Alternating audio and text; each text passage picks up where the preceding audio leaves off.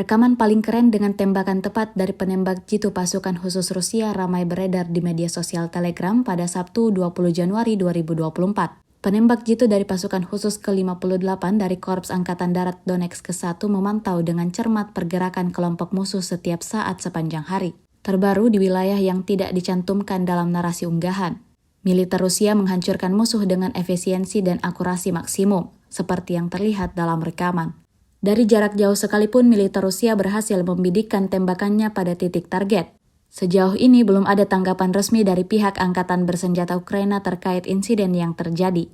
Video ini viral dan menuai beragam komentar dari warganet.